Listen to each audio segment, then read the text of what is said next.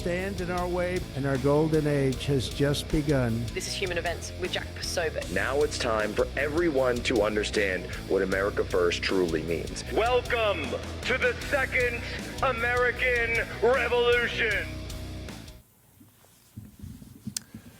All right, ladies and gentlemen, we're back here, Human Events Daily. Folks, did you know that Utah and Florida recently banned fluoride in their drinking water? Why are they doing a massive U-turn on something that's been pumped into our water for 80 years? The government claims fluoride's got good for healthy teeth, but that's, of course, just, some of the nanny state you don't know, because you don't necessarily need bureaucrats medicating your water. You need the freedom to choose pure water. And that's why my family uses Cove Pure. This is a countertop water purifier certified to remove up to 99.9% of impurities. And that includes fluoride and other stuff like PFAs, fertilizer runoff, you name it. Look, when Tanya first set up our device, the first thing I noticed with this filtration system is that Cove Pure helps water become what it's supposed to taste like. Pure, clean, no aftertaste. The best part is you can choose any temperature, hot or cold, with just one tap. Boom, super easy. And I like easy buttons. It's so easy, there's no drilling, there's no plumbing, there's no plumbers needed. You just fill it in and plug it in. Head over to covepure.com/POSO for a limited time. You get $200 off. Look, the government has no business forcing things into our water. Don't wait for them to sort out pure water.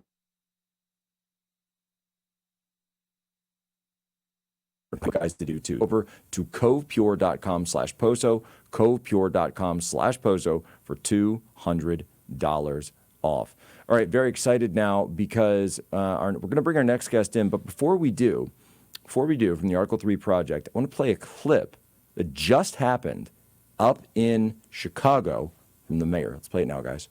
Today, we are signing an executive order aimed at reining in this out-of-control administration. The order establishes ICE-free zones. That means that city property and unwilling private businesses will no longer serve as staging grounds for these raids. Jack Posobiec will be bringing on here Will Chamberlain from the Article 3 project. Will, what is going on? That sounds like the mayor of Chicago saying that he is going to reject the authority of the federal government. Plus, we saw everything from Portland over the weekend. What are we facing right now?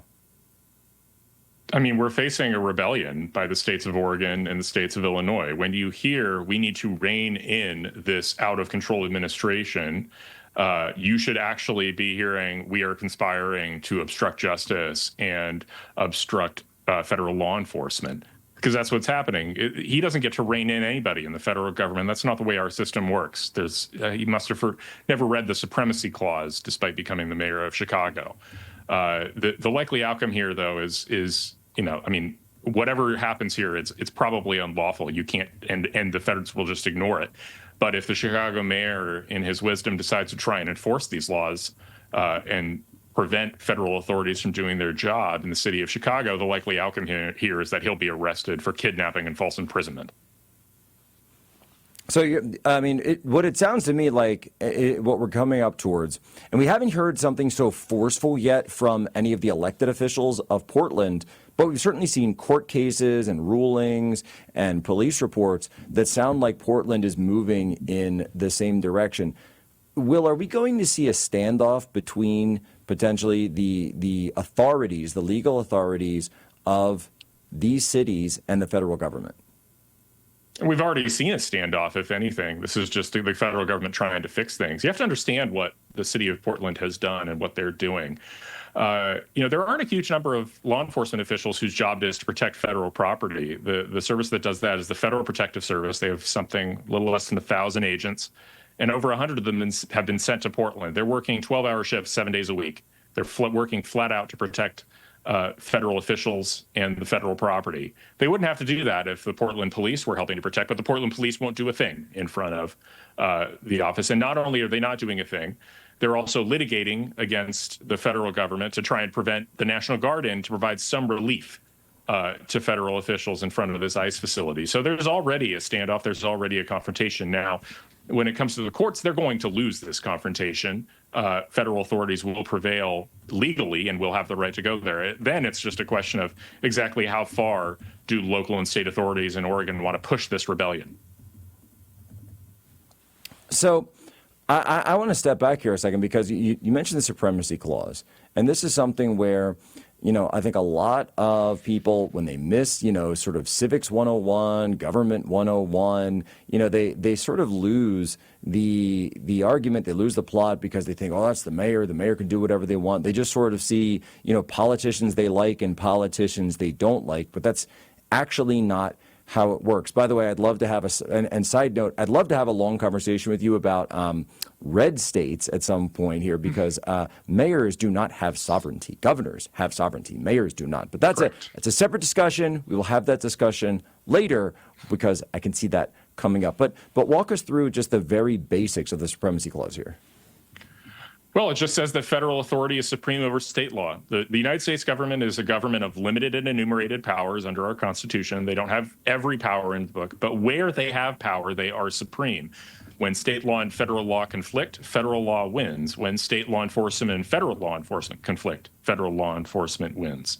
So this is a standard case. The state of Oregon doesn't get to tell federal authorities where they're allowed to put federal officers to protect federal property. It's not how the law works.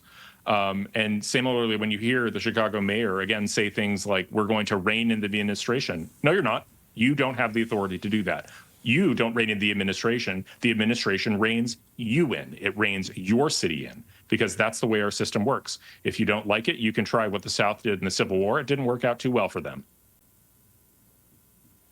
No, and you'd think that Governor Newsom and Governor Pritzker would have remembered that conflagration, or at least perhaps had heard about it at some point in their history classes, because of course that's what the entire issue was. Will, when I come down to it, so you've done a lot of commentary as well, and I know we're coming up on a little break, but we have a few minutes on this ruling regarding the National Guard in this respect, and basically a judge saying that it's that the government is not allowed to. So this is something where I remember I was digging in on this, and I gave a talk on it earlier today on War Room, where I said the federal government has Title 10 authority under the Insurrection Act to federalize the National Guard. It's really simple. It's right there. It's black letter law, and it has been so since, by the way, prior to the Civil War. This was the Insurrection Act of 1807. And of course, we had, even before then, we had the Whiskey Rebellion. And George Washington, a sitting president of the United States,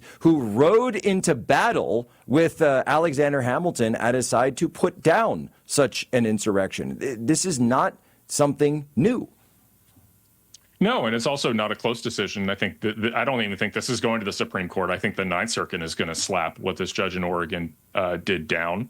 The basic reason being she's substituting her own judgment for whether federal authorities are struggling to enforce federal law for the president's. And the president's in the position, has the information, and is elected to make the calls on when to use federal forces to reinforce and protect federal property. It's not the place of this judge to do so. And so she's decided apparently that she's the new commander in chief, at least with regards to federal officials in Portland. She's wrong about that. And she's going to lose this very quickly. And so what was the ruling specifically that you put down? Well, first she issued a ruling on the 2nd that said the Oregon National Guard could not be deployed to protect this ICE facility. Then President Trump issued an order saying he was going to move the California National Guard and the Texas National Guard to protect it, because by its terms, the order only applied to the Oregon National Guard. The Texas governor also gave permission for his forces to be used, so that should have been very straightforward. But she decided late last night at 10 p.m. on a Sunday night to extend her order to cover any National Guard troops being deployed to protect a federal facility in Portland. And she did so when she probably doesn't have jurisdiction because the order is already on appeal. And this is something that I just don't understand. What is her basis for such a ruling? She's saying that the president's factual findings are untethered from reality. So her argument is that there are some factual predicates to invoke the Insurrection Act, namely like the difficulty of enforcing federal law or the state of rebellion. And therefore, she made factual findings saying there is no difficulty enforcing federal law, there is no rebellion. Therefore, you are not allowed to invoke the act. And so does this all really come down to, like so many of these other cases, the definition of what a rebellion is this time around? It's that, and it's also a question of who decides. I think that's the foundational question, right? Of course. There's deference that needs to be given to the executive. They're the ones in charge of military forces. The president's the commander-in-chief of the military. They're the ones who have the intelligence and the information necessary. One district judge in Oregon with 4 law clerks is in no position to determine when federal law is being under-enforced or when federal officials are in danger. And they are here. They really are. This is like the last iteration of it where they were trying to say the president couldn't use emergency deportation orders because there was a federal judge who was arguing that we weren't under invasion, if I remember correctly. Exactly right. Exactly the right analogy to be making. It's the question again is not it's not the actual facts on the ground. The prior question is who decides, who is in the position to make these determinations about whether there's an invasion, whether law is unable to be enforced. And clearly the way our Constitution is structured, those determinations are for the president. And for the president of the United States to make those determinations, it does not. The ball does not roll uphill as it stands. Mm-hmm. Right? A local federal judge does not have the intelligence, the support of DHS, NCTC, all of the other factors at their disposal. They just don't have that. You can't just be sitting there watching CNN and Fox News. But by the way, even if you were, you'd be watching Real America's Voice, and boy, we could show you a whole lot of rebellious and insurrection activity that's going on in these 2 cities. Jack Posobiec back with Will Chamberlain when we return.